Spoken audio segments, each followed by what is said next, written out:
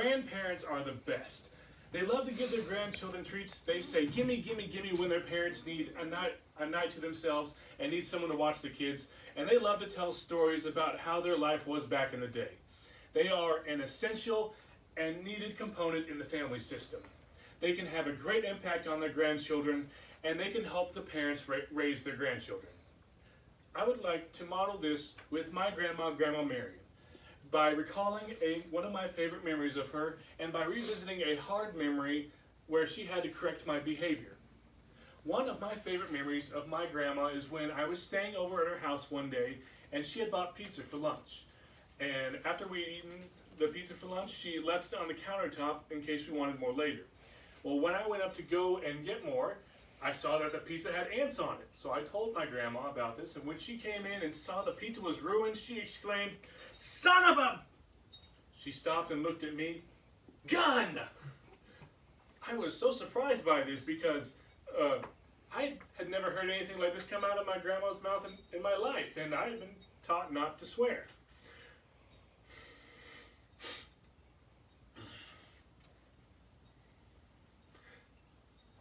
But now I look back at this and I just laugh, and I thank my grandma for modeling self-control.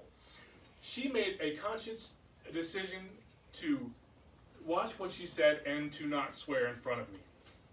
And I would like to remember this memory because I feel like it'll help me watch what I say and to control my tongue. Now, the second memory is not as lighthearted as the first, because in it my grandma gave me a stern talking to. I was staying over at her house once again, and it was during the winter, and my dad was plowing snow all day. And afterwards, me and my dad were going to go to a church lock-in. And I was all excited for this church lock-in, but as the wintry weather was not letting up and my dad was still working out in the cold, my grandma brought up the harsh point that my dad might want to stay in and rest and not go to the lock-in. And that meant I wouldn't be able to go to the lock-in, and I did not like that. I wanted to go to the lock-in, and I didn't care if my dad wanted to rest. After hearing this, my grandma gave me one of the harshest scoldings ever, telling me that I was being very selfish and not wanting to let my dad rest. She told me that I should just forget about the lock-in and let my dad rest for the night. That was something very hard, but I eventually did do it. I bring up this memory to reveal something that my grandma taught me that day: empathy.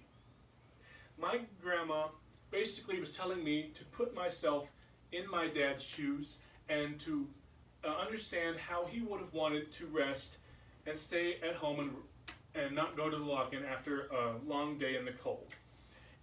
And that I should let him do that, even if it meant giving up something that I wanted.